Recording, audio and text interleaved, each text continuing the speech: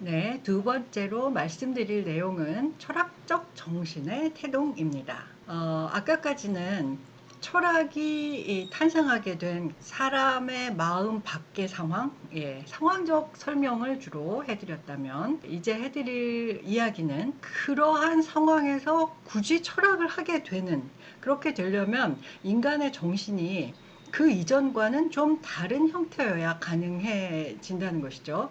그래서 인간의 정신이 철학을 할 수 있을 만큼의 어떤 단계에 도달하는 그 지점을 살펴보려고 합니다. 지금부터 말씀드리는 내용은 제가 아까 소개한 철학사 수업일 그 책에는 나오지 않는 내용입니다. 이 강의에서만 말씀을 드리게 되는데요. 사실은 그 책에 포함을 시켰다가 분량이 좀 많아서 편집당한 부분입니다. 네, 이 이야기를 좀 해드리도록 하겠습니다. 기원전 6세기에 이르러서야 비로소 철학이라는 것이 움트게 되는데요. 탄생이라기보다는 그 싹이 조금씩 생겨났다, 이렇게 보실 수 있는 그런 상황입니다. 이때 비로소 철학을 할 수 있는 정신이 생겨나는데, 이것을 여러분 보시면 신화를 대체하는 로고스의 생사 주체로서, 즉 로고스적인 생각과 로고스적인 화법과 로고스적인 사유를 할 수 있는 그런 주체로서의 인간 혹은 자아 혹은 영혼의 개념이 등장합니다. 지금은 우리에게 인간, 자아, 영혼이 굉장히 확실한 개념인 것으로 되어 있지만, 그 전에는 그렇지 않았던 것이죠. 기원전 6세기 이전에는. 그때는 사람들이 자기 자신의 생각에 대해서 생각하는 방식, 자아관, 이런 게 지금과는 굉장히 달랐습니다. 그러니까 지금의 생각을 그대로 갖고 가서 옛날 사람들은 이상하게 생각했네, 이렇게 생각하실 일이 아니라, 옛날 사람들은 어떤 생각을 했는지를 따라가 보면서 살펴보는 이런 노력이 우리에게 필요하고요. 그래야만 그 당시의 생각에 대해서 좀 더 풍요롭고 자세한 그런 정보를 우리가 얻을 수 있겠죠. 그리스 정신의 성장 과정을 이 표에서 한번 볼게요. 이 그리스 정신이 어떻게 성장해 왔는지를 이 문학 형식의 발전에 따라서 설명을 한 그런 표입니다. 서사시, 서정시, 극시 이렇게 되어 있죠. 서사시는 아까 시간에도 말씀을 드렸지만 스토리가 있는 내용을 운율에다가 얹어서 노래를 하는 것입니다. 시니까 그냥 이렇게 운율만 있는 것이 아니라 노래하듯이 했어요. 우리 팔소리도 노래이죠. 넓게 보자면 가락을 갖추고 리듬이 있고 그런 노래입니다. 이러한 노래, 서사시를 외워서 시인들 혹은 가수가 이렇게 부르게 되는데요. 서사시니까 스토리가 있는 그러한 운율을 갖춘 그런 내용이 되겠습니다. 이게 유행을 했던 시기는 BC 한 8세기 정도예요. BC 800년에서 BC 700년 그 사이 정도 되겠죠. 그 이전에 이제 그 유명한 호메로스가, 호모라고도 하죠. 미국식으로는 호메로스가 일리아스와 오디세이를 집대성을 합니다. 이게 뭐 물론 그 사람이 직접 쓴 것은 아니고요. 그 전부터 전승되어 내려온 것을 호메로스가 정리를 해서 적었다고 하죠. 제자가 받아 적었다는 이야기도 있고요. 여러분들 많이 아시는 분도 있고 모르시는 분도 있겠지만 호메로스는 시각장애인이었다고 합니다. 그래서 아마 암기력이 더 뛰어났던 걸까요? 자기는 본 적도 없는 것을 마치 본 것처럼 이렇게 사람들에게 펼쳐 보여주는 아주 놀라운 그런 시인이었다고 합니다. 그런 호모의 서사시를 낭송하고 암송하고 하는 것이 유행하고 그것이 정신을 지배했던, 그리스의 정신을 지배했던 시기가 바로 BC 8세기, BC 700년에서 800년 이 사이입니다. 그 이후에 서정시라고 하는 장르가 생겨납니다. 서사시와는 아주 다른 장르이죠. 요게 기원전 6세기 무렵에 생겨나게 됩니다. 그렇다고 해서 서사시 장르가 아직 사라졌냐? 그렇지는 않고요. 서정시 장르가 새로운 유행으로 등장하게 된 것이고요. 서사시도 있고 서정시도 있고, 그런데 유행, 최신 유행은 서정시인, 이런 시대가 BC 6세기에 있었던 것이고요. 이제 BC 5세기 정도에 오게 되면 극시, 우리 흔히 말하는 뭐 소포클레스의 3대 비극, 오이디푸스 왕, 뭐 안티고네, 뭐 이러한 그리스 비극이 유행하고 사람들이 거기 가서 구경하고 이러던 그 시기가 극시와 비극과 희극이 함께 있는 극시가 널리 유행하고 사람들에게 사랑을 받던 그런 시기라고 할 수 있습니다. 이 단계가 그리스 정신의 성장 과정과는 어떠한 관계가 있을까?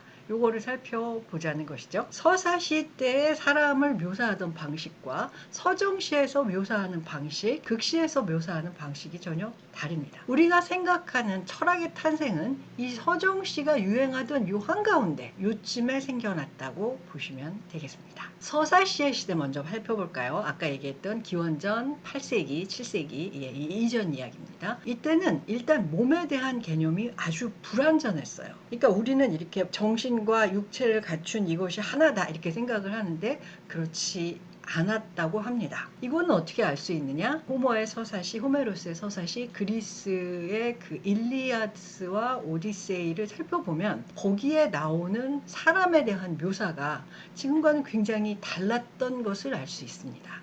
한번 볼까요? 불완전한 몸에 대한 표현이에요. 이게 뭐냐면 이 오른쪽에 4세 어린이의 그림은 제가 잘 아는 후배가 아기가 그림을 4살 됐을 때 그렸다는 것입니다. 머리가 있고 몸통이 있고 팔다리가 있죠. 이렇게 해서 사람의 모습입니다. 이쪽 것은 디필론의 도기인데요. 예전에 아테네 입구에 디필론이라고 하는 곳이 있었는데 장례식을 많이 치르던 곳이어서 거기서 발견된 도기인데요. 장례식에서 사용되었던 것으로 보입니다. 이 위에 이렇게 누워있는 분, 이분이 아마 고인이 되신 분인 것 같고요. 여기 이렇게 사람들이 보이죠. 이 사람들은 모두 여성일 것으로 추측이 되는데요. 이게 도기에 그려진 그림이에요. 머리에 손을 이렇게 얹고 이렇게 다 슬퍼하면서 곡을 하고 있습니다. 곡을 하고 있는데 몸통이 여기가 이렇게 약간 끊어지듯이 가느다래졌죠. 팔이 이렇게 있고요. 정면성의 원리라 그래서 지금 이 자세를 그대로 하려면 굉장히 어려운데 얼굴은 옆을 보는 것 같고요. 엉덩이는 약간 옆으로 된 것 같고 또 다리는 옆으로 된 것 같고 이 자세를 지금 우리 취하기 어렵죠. 여기서 제가 말씀드리고자 하는 것은 고대 그리스에서는 몸을 하나의 덩어리로 지금은 4세 어린이도 이렇게 보는데요. 이렇게 보는 것이 아니라 팔 따로 가슴 따로 허리 따로 배 따로 다리 따로 따로 보았다는 것입니다. 뼈와 뼈를 묶어주는 이 관절에 튀모스라는 것이 이 관절들을 다 엮어주고 사람의 몸을 한데 모으고 있다고 생각을 했어요. 그래서 튀모스가 몸에서 빠져나가면 어떻게 되느냐? 몸이 이렇게 축 처지고 사망을 하게 된다. 이렇게 보았던 것입니다. 인체 각 부위를 통합한 통일적 신체로서의 몸 개념이 없다. 호메로스는 신체에 관한 원시적 관념만을 보여준다. 이것이 바로 서사시 시대의 인간에 대해 가지고 있던 생각이었습니다. 호메로스가 나타낸 몸 관념에서는요, 몸을 뜻하는 말이 소마라는 말이 있기는 있었는데요. 이게 지금 우리의 신체가 튼튼해야 돼, 몸이 건강해야 돼, 그때 그 몸이 아니고요. 그냥 시체를 뜻하는 말이었어요. 이 소마라는 말은 귀야, 멜레야 이런 사지를 나타내는 말들이 있었어요. 이렇게 표현을 하는 거죠. 나는 창을 집어들었다가 아니고요. 내 팔이 창을 집어들었다. 혹은 아킬레우스는 빨리 달렸다가 아니고요. 아킬레우스의 발이 빨리 달려갔다. 이렇게 표현을 하는 거예요. 여러분들 일리아스를 보시면 일리아스의 중요한 영웅이 아킬레우스죠. 아킬레우스는 항상 뭐라고 표현이 되냐면 발이 빠른 아킬레우스 이렇게 표현이 됩니다. 그게 이제 한 덩어리예요. 그 아킬레우스를 수식하는 발이 빠른 아킬레우스는 뭐 잠을 잤다 이렇게 얘기하기도 해요. 자는데 발이 빠를 필요가 없지만 발이 빠른 아킬레우스는 이 한 덩어리로 붙어 다니는 수식어입니다. 그러면 아킬레우스가 빠른 것이 아닙니다. 아킬레우스의 발이 빠른 것이죠. 이것이 바로 그 시대에 몸의 각 기관들이 따로따로 인식되었다는 것입니다. 그래서 아가멤논은 말을 했다가 아니고 아가멤논의 입을 통하여 이런 말이 나왔다. 이렇게 표현을 했다는 것이죠. 이렇게 보자면 내가 들었다가 아니라 내 귀가 들었다. 내가 먹었다가 아니라 내 입이 먹었다. 이런 식으로 그 사지, 온 몸을 통합하는 실체로서의 통일적 신체라고 하는 몸에 대한 관념 자체가 존재하지 않았던 것으로 보입니다. 이건 오디세우스와 일리아스 등등의 서사시를 분석한 고전학자들의 공통된 견해예요. 제 말씀이 아니라. 그래서 호메로스는 신체에 관해서 원시적인 관념, 이걸 꼭 원시적이라고 보아야 하는지는 모르겠으나 신체에 대해서 지금처럼 이런 우리는 이 몸이 하나의 통합된 단일한 실체다 이렇게 보는데, 그런 것이 아직 없었던 시대라는 말이죠. 초보적인 상태다, 프리미티브한 상태다. 그래서 원시적 관념을 보여준다. 그래서 몸이 불완전하게 인식되었다는 것입니다. 서사시의 시대에서는. 두 번째 특징 한번 볼까요? 영혼에 대한 개념의 변화입니다. 여기서 영혼이라는 말은 푸시케라는 말인데요. 푸시케라는 말이 고전기, 이 고전기는 언제냐면요, 플라톤과 아리스토텔레스 등의 철학이 아주 많이 발달하고 무르익었을 때의 이야기입니다. 이때는 영혼이 지각과 판단 등 의식작용의 주체이자 불멸하는 실체였어요. 플라톤에서는. 아리스토텔레스에서는 몸의 형상이기도 하고요. 영혼, 우리가 지금 죽으면 영혼이 어디로 가지 뭐 이런 얘기를 할 때 그 영혼과 굉장히 비슷한 상태입니다. 이 고전기는. 이때가 기원전 5세기, 4세기 무렵이고요. 그런데 반해서 호메로스, 즉 서사시의 시대에서의 영혼이라는 것은 단지 생명의 원리일 뿐이에요. 푸시케라는 게 원래 의성어에서 왔다고 하는데요. 푸쉬 하는 말이 뭐냐면 바람이 빠져나가는 것 같은 소리죠. 즉 호흡, 숨소리 혹은 숨결, 숨 이런 뜻이에요. 푸시케라는 게. 우리말하고 그리스어에 굉장히 비슷한 점이 있어서 깜짝깜짝 놀랄 때가 가끔 있는데요. 우리말에 목숨이라는 말 있죠.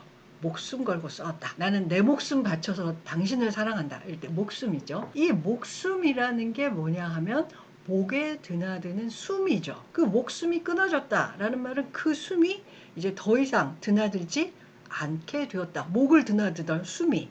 그럼 어떻게 돼요? 사람이 돌아가신 거죠. 사망한 거죠. 그래서 지금 우리가 얘기하는 그 목을 드나드는 숨, 숨결, 목숨, 그거에 제일 가까운 말이었어요. 이때 호메로스가 말하는 푸시케라는 것은. 그래서 목숨이 유지되고 붙어 있으면 그게 생명이 있는 것이고요. 목숨이 없어지면 생명이 사라지는 것이죠. 단지 생명의 원리일 뿐이었지 무슨 지각을 하거나 뭐 의식작용의 주체이거나 전혀 그렇지 않았던 것이죠. 즉 영혼의 개념에 대해서 서사시 시대에는 지금과 혹은 고전기 플라톤 시대와는 굉장히 다른 사고를 하고 있었다. 즉 철학 이전 시대에서는 영혼이라는 개념이 지금과 같은 개념이 없었다라고 보아야 합니다. 일리아스 첫 편에 보면 그들의 혼이 빠져나가서, 죽은 사람의 혼이 빠져나가서 하데스의 그 유령처럼 떠돌고 뭐 이런 이야기가 나옵니다. 그때 푸시케는 그냥 사람 몸에서 생명의 원리이기는 한데 사람에게서 죽을 때 빠져나가는 거 말고는 별로 하는 일이 없는 그런 생명의 원리가 푸시케. 그래서 영혼의 개념에 대한 변화가 지금과는 굉장히 달랐다는 것을, 서사시 시대에는 달랐다는 것을 우리가 알 수 있습니다. 다시 한번 보면 영혼에 대한 개념의 변화를 정리해 보면요. 호메로스가 묘사하는 인간에게는 주체적으로 행위하게 하는 통합적 의식이 없었어요. 아까 몸도 보면 통합적 신체가 없어요. 영혼도 그 사람의 영혼, 그 사람의 생각에 이런 통합적 의식이 없습니다. 그래서 인간의 의식작용을 통합적으로 이해할 수가 없었던 것이죠. 그러다 보니까 어떻게 되냐? 내 팔을 들어 올리게 하는 자가 따로 있어요. 누구냐면 그것이 티모스일 때도 있고요. 그거 나중에 가서 설명드리겠습니다. 그리고 그걸 들어 올리게 하는 자가 누구냐면 아테네일 수도 있어요. 아킬레우스가 화가 나서 창을 집어들려고 할 때 아테네가 살짝 다가와 속삭입니다. 그 창을 내려놓아라. 아킬레우스가 여신의 말에 따릅니다. 주체적인 판단을 내릴 수 있는 주체 자체가 성립을 하지 않아요. 영혼에서건 신체에서건 그 단일한 그 개인이 존재하지 않는 거죠. 한마디로 말해서 영혼과 몸을 갖춘 개인이 이때 당시에는 아직까지 등장하지 않았던 것입니다. 세 번째로는 행동 방식이 정형적이에요. 전투에 맞서서는 나가서 용감하게 싸워야 하고, 불의를 보면 뭐 참지 않아야 하고, 아가멤논과 또 아킬레우스가 다투는 장면이 나오죠. 포로가 된 여자를 놓고 내놓아라, 뭐 내놓지 못하겠다, 뭐 이런 대목이 나옵니다. 그런데 거기에서의 그 행동과 사고 방식은 정형적이에요. 화난 사람은 늘 이렇게 행동한다. 사랑에 빠진 사람은 늘 이렇게 행동한다. 기쁜 사람은 늘 이렇게 행동한다가 정해져 있습니다. 어떻게 보면 좀 개성이 없어요. 이러한 행동 방식의 정형성이 서사시 시대에 나타난 인물들의 아주 고유한 특징이라고 할 수가 있습니다. 호메로스에 나오는 여러 주인공들도 다 각기 개성이 달라요. 아킬레우스, 뭐 헥토르, 프리아모스, 아가멤논 다 다릅니다. 그런데 이러한 개성이 개성적인 행위로 나아가지는 않아요. 지금으로선 조금 이상하죠. 그러나 이 개인들은 어떤 상황에는 무슨 행동을 한다가 거의 정해져 있습니다. 그래서 행동 방식이 정형적이라고 하는 것이 서사시시대의 또 하나의 특징이라고 할 수 있습니다. 행위는 정형성의 원리를 따르기 때문에 자발적 행동을 한다거나 갑자기 기쁠 때 하는 행동이 아닌 다른 행동을 한다거나 이런 일은 있을 수 없어요. 기쁠 때 하는 행동은 그냥 누구나 그 행동을 합니다. 기쁘면. 그리고 신의 말을 들어서 행동을 하고요. 그래서 자발성이 결여되어 있고 개성이 별로 나타나 있지 않습니다. 그 다음에 서사시 시대의 인간들은 운명론을 따르게 돼요. 운명이라는 말이 그리스에서는 모이라입니다. 여기 나와 있죠. 운명, 즉 모이라. 모이라라는 말은 원래 전쟁에서 얻은 전리품을 분배하는 그런 개념이에요. 전쟁에서 승리한 쪽은 진 쪽의 모든 재산과 재물과 뭐 사람은 또 노예로 삼고 이렇게 다 가져오죠. 그러면 그것을 각각 나누어 갔죠. 공이 큰 사람에게 많이 주고요. 공이 작은 사람에게 조금 주고 이렇게 전리품을 분배를 합니다. 이때 할당된 내 몫이 바로 모이라입니다. 아킬레우스는 자신에게 할당되었던 여자 노예인 브리세이스를 아가멤논이 내놓으라고 하는 장면에서 그게 왜 그렇게 된 건지 이제 여러분들 일리아스를 재밌게 읽어보시면 아실 수 있습니다. 내놓으라고 하니까 분노를 하죠. 분노를 하고 전쟁에 참여하기를 거부해서 그래서 일리아스의 이야기가 시작됩니다. 아킬레우스의 분노를 노래하라 이렇게요. 이렇게 자기에게 속해진 것을 뺏어가는 것은 자신의 존엄을 짓밟는 일로 받아들이는 것이 이때 당시 영웅들의 행동의 정형적 특징입니다. 자기 걸 뺏어가는데 마음씨 좋게 아이고 가져가십시오 뭐 이러면 지금으로 치면 어이구 사람 좋네 이렇게 되겠지만 당시의 영웅들에게는 정형성이 있었기 때문에 네 거를 뺏어간다? 이거는 나의 존엄을 짓밟는 일이기 때문에 굉장히 자존심이 상하고 분노를 해야 마땅한 일입니다. 그래서 분노를 하는 것이죠. 그게 이제 행동의 정형성이고요. 운명론은 그렇게 해서 나에게 주어진 모이라는 내 것이기 때문에 이거는 어쩔 수가 없어요. 그런데 이 모이라가 운명이라는 말로 쓰일 때는 신이 인간에게 할당해 준 겁니다. 신이 저에게 너는 여기서 철학의 탄생을 강의하여라 이렇게 명령을 했기 때문에 했다. 이렇게 보는 것이 운명론입니다. 물론 저는 그 운명론을 믿지는 않습니다. 제가 여러분들을 만나서 대화하고 싶어서 저는 제 자발적으로 하는 거예요. 저는 이렇게 생각을 합니다. 그런데 당시 서사시 시대의 개인들은 그렇지 않았다는 것이죠. 그 사람이 왜 그렇게 했나? 왜 그렇게 행동했나? 왜 그렇게 죽을 수밖에 없었나?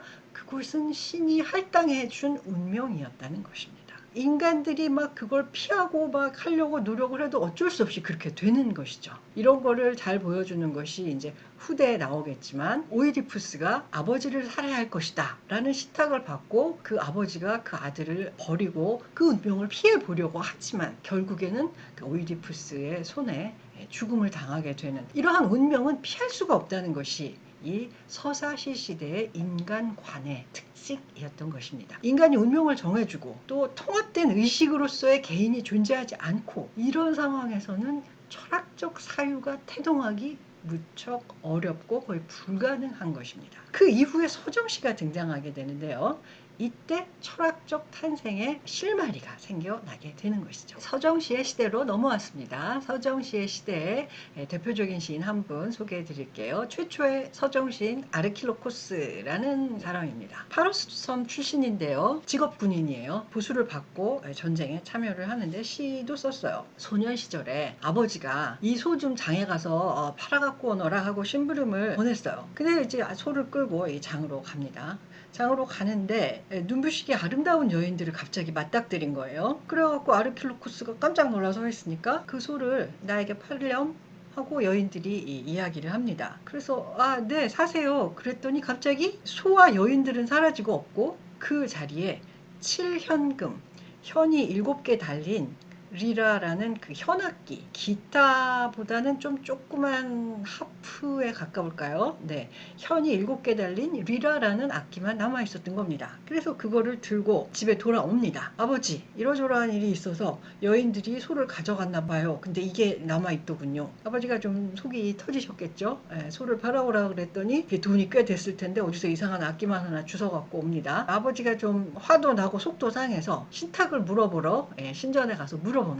했더니 신탁이 무엇이라고 나왔냐면 그대의 아들은 불멸의 명성을 얻는 시인이 될 것이다. 이렇게 말을 했다고 합니다. 그리스어로 서정시를 리릭이라고 합니다. 리라를 타면서 부르기 때문에. 이 아르킬로코스가 쓴 시 내용 한번 보실까요? 이렇게 노래를 해요. 내가 어쩔 수 없이 숲속에 버리고 온 그 좋은 방패가 어떤 야만족에게는 자랑거리가 되겠지. 그건 내게는 대수롭지 않아. 대신 목숨을 구했잖아. 잘 됐다는 거죠. 잘 가져가라고 해. 다시 더 좋은 거 구하면 되지 뭐. 아르킬로코스가 쓴 서정시의 한 대목입니다. 앞에 말한 영웅들이랑은 굉장히 다르죠. 당시에는 서사시 시대 윤리의식은 이러했어요. 스파르타의 한 어머니가 전쟁터에 나가는 아들에게 뭐라고 기원을 하느냐면 이 방패를 들고 오거나, 방패는 몸과 분리할 수 없을 만큼 군인에게는 중요한 장비였거든요. 이 방패를 들고 다시 살아서 건강히 돌아오거나, 아니면 이 방패에 실려 오너라. 뭐냐면 장렬히 전사를 하고 오너라.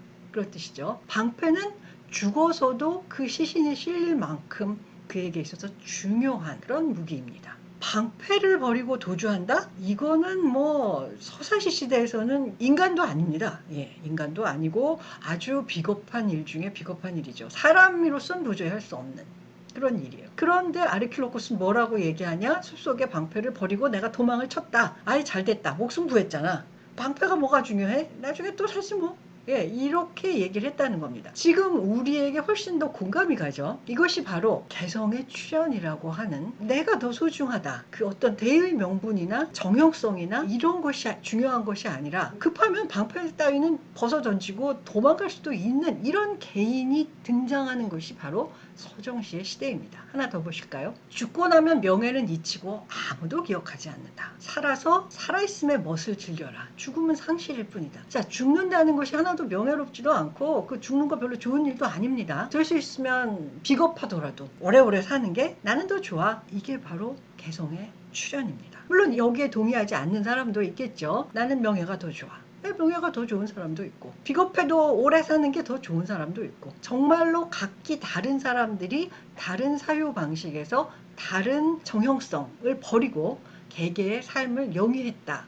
이것이 바로 서정시 시대의 정신의 발전이라고 할 수 있겠습니다. 그래서 이 개성의 출현에 입각해서 우리가 이 상황을 보자면요, 남의 눈이 안 중요합니다. 남들 눈에 어떻게 보일까? 별로 안 중요해요. 자기가 생각하는 대로 자신의 행동에 책임을 지면서 자신의 결단대로 살아가는 것, 아무도 정해주지 않습니다. 즉 운명론도 여기에는 해당하지 않아요. 자기가 자기의 삶대로 하고 싶은 대로 하고 살아도 돼 라는 생각이 자리 잡기 시작하는 것이죠. 서사시 시대에 속한 아버지가 서정시 시대적인 생각을 하는 아들을 바라보았으면, 아이고 세상 말세다, 요새 젊은 애들은 대체 왜 저런다냐 하고 세대 차이를 아마 이때 크게 느끼지 않았을까? 그런 생각이 드는 대목이에요. 충분히 가능하죠. 아버지는 서사시적인 사고방식을 갖고 있고 자식은 서정시적인 사고방식을 가지고 있으면 둘의 세대 갈등이 꽤 됐을 것 같습니다.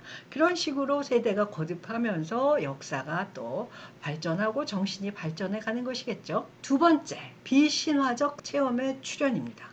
사포라는 시인에 대해서 좀 말씀을 드릴게요. 사포라는 시인은 기원전 612년에서 560년으로 추정되는 기원전 6세기에 활동하셨던 시인입니다. 이 시인은 여성이고요. 레스보스 섬 출신입니다. 레스보스 섬에서 살다가 정치적 그 소용돌이에 휘말려서 망명을 떠났다가 어찌어찌해서 다시 레스보스 섬으로 귀향을 하게 됩니다. 그래서 학교를 세워요. 학교를 세우는데 여자들만을 위한 학교입니다. 소녀들을 모아서 지금으로 치면 여학교를 세운 거죠. 당시에는 근데 그 옆에 중심지인 리디아라고 하는 굉장히 부유한 나라가 있었어요. 이 리디아의 사르디스로, 수도인 사르디스로 이 소녀들을 시집을 보내려는 것이 이 학교의 교육 목적입니다. 아주 부촌이 있고요. 이 레스보스 섬은 좀 촌이에요. 그래서 신분 상승을 하고 잘 먹고 잘 살려면 이 부잣집으로 시집을 가야 되는데 이 신부 수업을 시켜야 됩니다. 시가도 잘하고 교양도 외모도 갖추고 아름답게 치장도 할 줄 알고 뭐 여성으로서 또 신부로서 갖추어야 될 여러 가지 덕목을 함양하는 이러한 교육을 하는 그런 학교를 세웠는데, 당시에 레스보스 주변 지역에 이 부자 리디아로 시집 보내기 위한 이러한 신부 학교를 하는 수업이 굉장히 많았다고 합니다. 여기에서 제자들이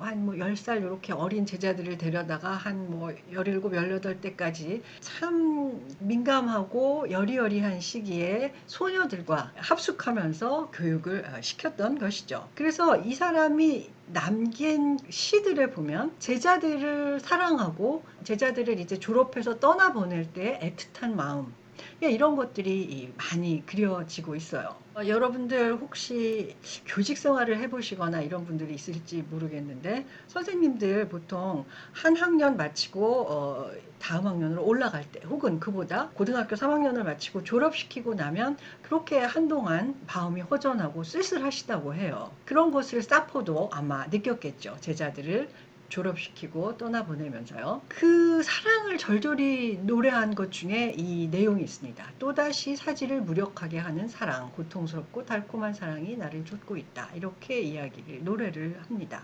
여러분들 그 사포가 레즈비언이었다 이런 얘기 혹시 들어보신 적 있으실까요? 사포가 살았던 고향이 레스보스이고요. 여기에서 여성들끼리 모여서 그 학교를 세웠기 때문에 지금 그 여성 동성애를 가리켜서 레즈비언 이렇게 부르는 것은 레스보스 사람들이라고 부르는 거나 마찬가지입니다. 그래서 옛날에는 레스보스 사람들은 거기서 여성 동성애가 거기서 처음 발원했다기보다는 거기서 처음으로 이렇게 거기 사람들은 여성 동성애자가 많아. 그래서 그걸 레스비안 이렇게 불렀는지는 모르겠으나 지금의 레스비안의 그 어원은 레스보스에서 왔습니다. 그러나 사포가 여성 동성애자였었는지 아닌지는 그렇게 확실하게 전해지지는 않고요. 당시에는 남성 동성애도 활발히 다 즐기고 했으니까 가능한 일이겠죠. 어쨌거나 이 사포의 이 사랑을 노래하는 이 시에서 우리가 알 수 있는 것은 신이 개입하지 않는다는 겁니다.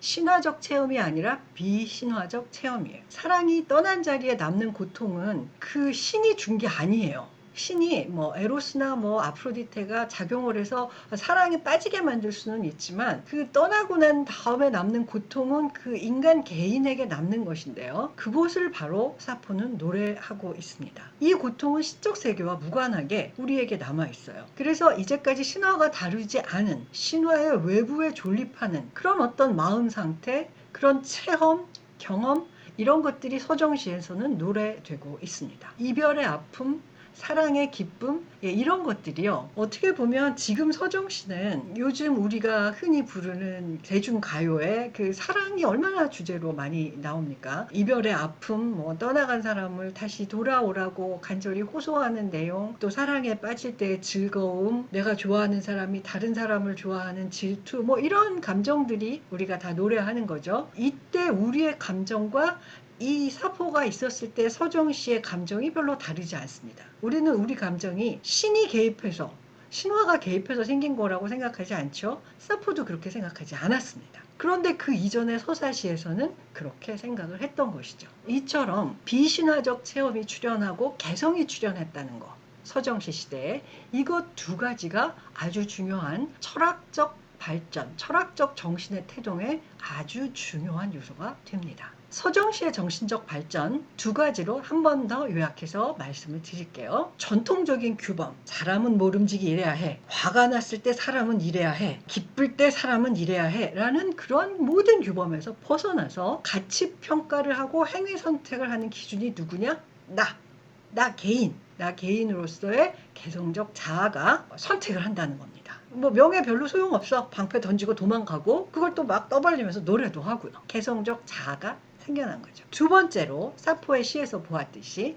인간의 내면에는 신화로 도저히 설명할 수 없는 인간 내부의 아주 고유한 내면적 공간이 있다는 겁니다.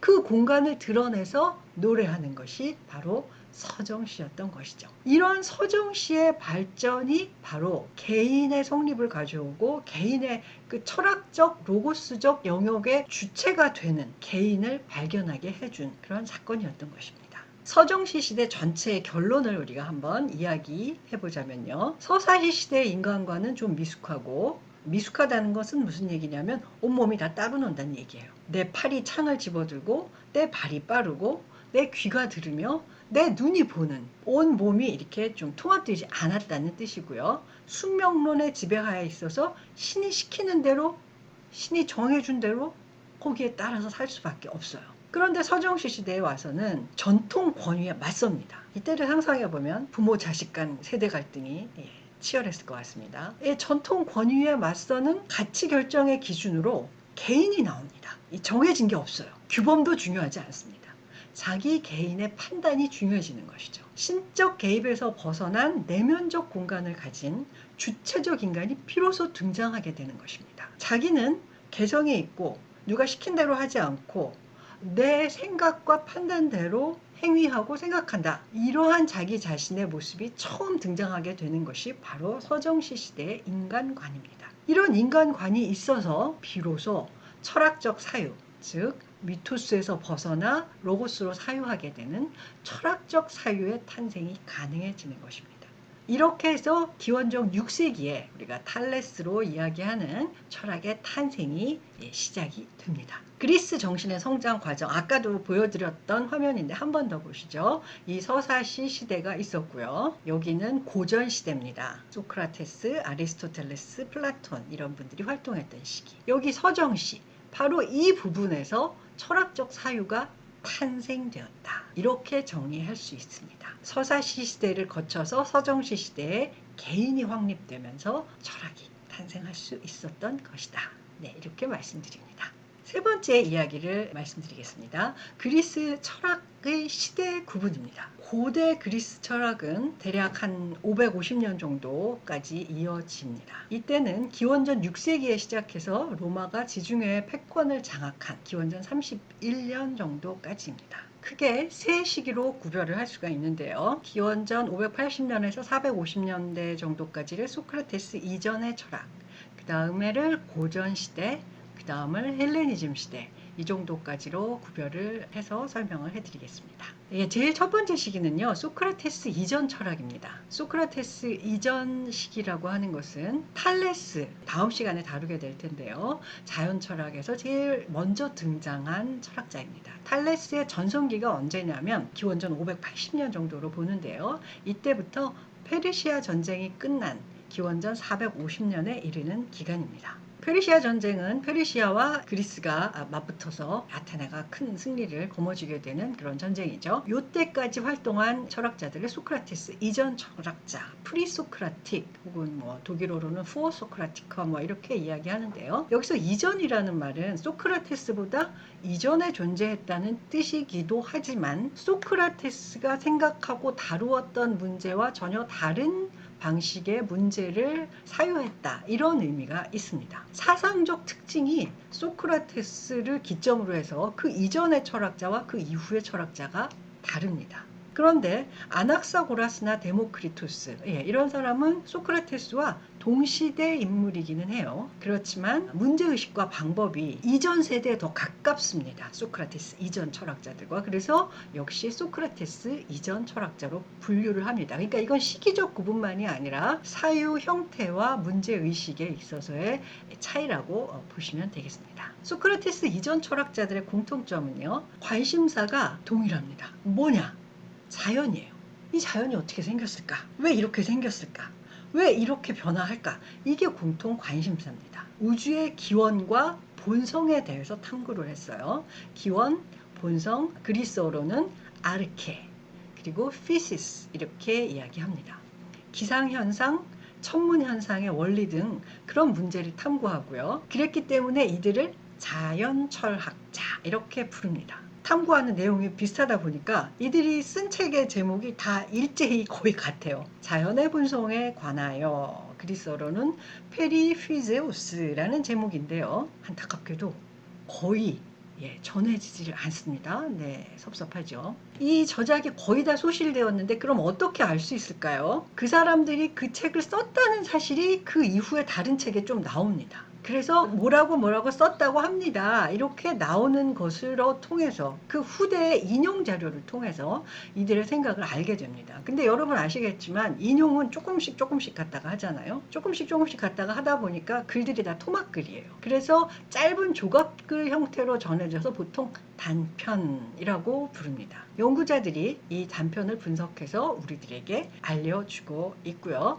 우리나라의 학자들도 이 책을 번역해서 시중에 나와 있습니다. 두 번째 시기는 고전 시대입니다. 아테네가 페르시아 전쟁을 승리로 끝내고 나서 전성기를 맞이하죠. 고전 시대라는 말은 원래 미술사에서 나온 용어입니다. 이 클래식 혹은 고전 시대라는 말은 언제 나온 얘기냐면은 르네상스 시대에 전형적인 모범이 된다. 어디가? 고대 그리스 시대가. 그래서 그 시대를 클래식이라고 불렀어요. 그래서 고전 시대라는 말은 미술사에서 르네상스에서 고대 그리스를 본받으려고 했던, 그걸 아주 전형적인 모범으로 삼았던 그 정신에서 나온 클래식이라는 용어를 이제 여기에서도 사용하게 되는데요. 이때 주인공들은 바로 소크라테스, 플라톤, 아리스토텔레스. 익숙하신 이름들이 드디어 나왔죠. 이 사람들은 앞서의 포어소크라틱, 그러니까 소크라테스 이전 철학자들과는 달리 인간다운 삶이 뭐지? 훌륭하고 좋은 삶은 어떻게 살면 되지? 그게 뭐지? 그런 삶을 뒷받침하려면 공동체가 어떻게 구성되어야 하지? 그럼 나는 뭘 하고 어떻게 살아야 하지? 이런 자연에서 인간으로 질문과 관심이 옮겨오는 이런 시기를 말합니다. 소크라테스는 자연에서 눈을 돌려서 삶을 주제화했어요. 자연은 피시스고 인간의 규범은 노모스입니다. 그래서 이번에는 아까 미토스에서 로고스의 전환처럼 소크라테스를 중심으로 해서 관심사가 어떻게 바뀌느냐? 피시스에서 노모스로 바뀐다 해서 이 전환을 피시스에서 노모스로의 전환이라고 부릅니다. 이후에 플라톤이 소크라테스의 제자였고요. 또 그 이후에 아리스토텔레스가 플라톤의 제자 역할을 합니다. 이 세 명의 거장이 그때까지 알려진 모든 분야의 지식을 통합해서 아주 방대하고 우아한 이런 거대한 철학 체계를 세우게 되고, 그것이 모든 학문의 초보 근간을 이루어서 서양 철학의 세계가 이루어지게 되는 것입니다. 그 다음에 헬레니즘 시대는 알렉산드로스 대왕은 아리스토텔레스의 제자였어요. 10대 시절에 아리스토텔레스에게 공부를 배운 사람입니다. 이 알렉산드로스 대왕이 사망한 기원전 323년부터 로마의 옥타비아누스가 황제가 되는 기원전 31년까지의 시기입니다. 이때가 고대 그리스 철학의 마지막 페이지가 전개가 되죠. 이때에는 어떤 일이 일어났을까 한번 봅시다. 헬레니즘이라는 말은 헬레니즘이라는 말이 그리스풍이다라는 뜻이에요. 원래 그리스라는 말은 그리스 사람들은 자기네를 헬라스라고 부르지 그리스라고 안 부릅니다. 마치 독일 사람들이 자신들을 저머니라고 안 부르죠. 도이칠란드 이렇게 부르죠. 그리스 사람들을 일컬어서 그라키아라고 부른 것은 로마 사람들이었어요. 그리고 지금 그리스라고 부르는 것도 역시 미국식이죠. 그리스 사람들은 자기네를 헬라스인 이렇게 얘기를 합니다. 헬라스라는 말은 그리스라는 말인데요. 헬레니즘은 무슨 뜻이냐? 그리스풍의 문화 양식이라는 뜻입니다. 여러분 아시겠지만 알렉산드로스는 대왕이었어요. 지중해 북아프리카에서 인도까지 이르는 정말 어마어마한 광대한 제국을 세운 왕입니다.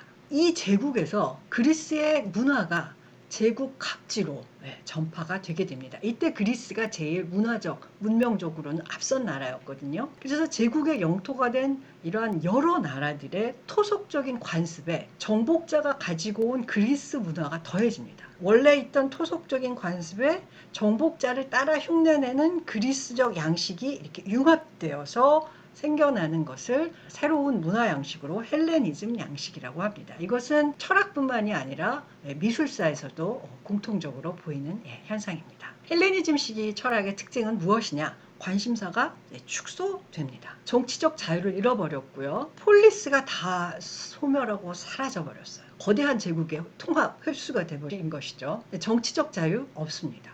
폴리스에 모여서 네가 옳으니 내가 옳으니 정치적 토론을 하던 것 싹 사라집니다. 정치에 참여할 기회도 없습니다. 왕이 시키는 대로 하는 거죠. 관심사가 축소되는 것은 정치적 자유를 잃고 나서입니다. 우리가 이상적 공동체를 하려면 어떻게 해야 되지? 이런 사유는 이제 필요가 없어요. 해봤자 소용이 없습니다. 그럼 뭐로 관심사가 이동을 할까요? 개인의 내적 평안과 안녕입니다. 전쟁은 늘 일어나고 세상은 불안정합니다. 어떻게 하면 이 복잡하고 불안정한 세상에서 내면의 평안을 얻고 행복해질 수 있을까? 이것을 고민하는 것이 바로 헬레니즘 시기 철학의 특징입니다. 그래서 개인의 평안과 개인의 마음의 평정, 이것으로 관심사가 축소된 것이 첫 번째 특징이라면, 두 번째로는 학파가 처음으로 형성되었다는 것입니다. 새로운 것이 등장하지는 않고요. 스승의 가르침을 받아들여서 전수하고 후배에게 물려주는 이런 학파가 형성이 됩니다. 스토아 학파, 에피쿠로스 학파, 회의주의 학파, 이렇게 스승의 이론을 그대로 물려받아서 연구하고 또 물려주고, 그 와중에서 서로 논쟁을 하는 이러한 경향이 생겨나게 됩니다. 이 두 가지가 헬레니즘 시기 철학의 특징입니다. 이것은 나중에 이 강의 끝에쯤에 헬레니즘 철학 설명할 때 또 자세히 말씀을 드리도록 하겠습니다. 자, 이렇게 해서 철학의 탄생에 대해서 살펴보았는데요. 철학은 어떻게 해서 생겨났다고 할 수 있을까요? 미토스에서 로고스의 전환으로 철학이 생겨납니다. 미토스가 사라지고 로고스가 그것을 대체한 과정은 아까 말씀드린 두 가지 중에 저는 연속성 이론에 더 지지를 하는 편인데요.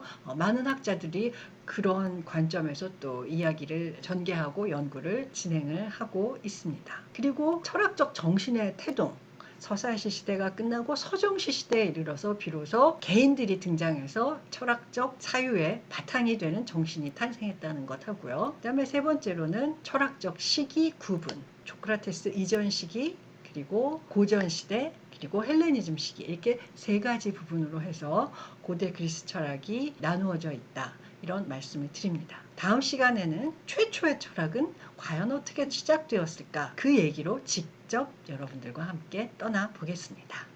들어주셔서 감사합니다.